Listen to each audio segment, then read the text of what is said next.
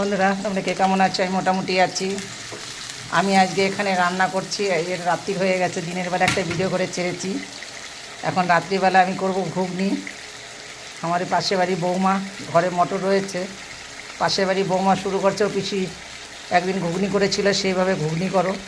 এই পাশে বাড়ি বৌমা আমরা সবাই মিলে খাবো, ঘুগনি করছি। বিকাল হয়ে গেছে, এখন এই ঘুগনিটা করব।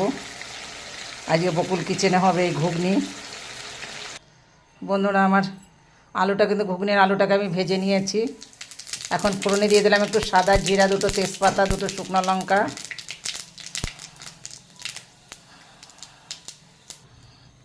এখন আমি এরপরে দিয়ে দেবো কিন্তু পেঁয়াজ কুচি। ঘুগনিতে কিন্তু আমি কোনো বাটা মশলা দেবো না, সব কিন্তু কুচি মশলা, সব কিছু আমি কুচি করে নিয়েছি।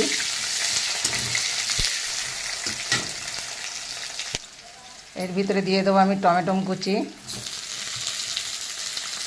কুচি আর রসুন কুচি। এই রসুন কুচি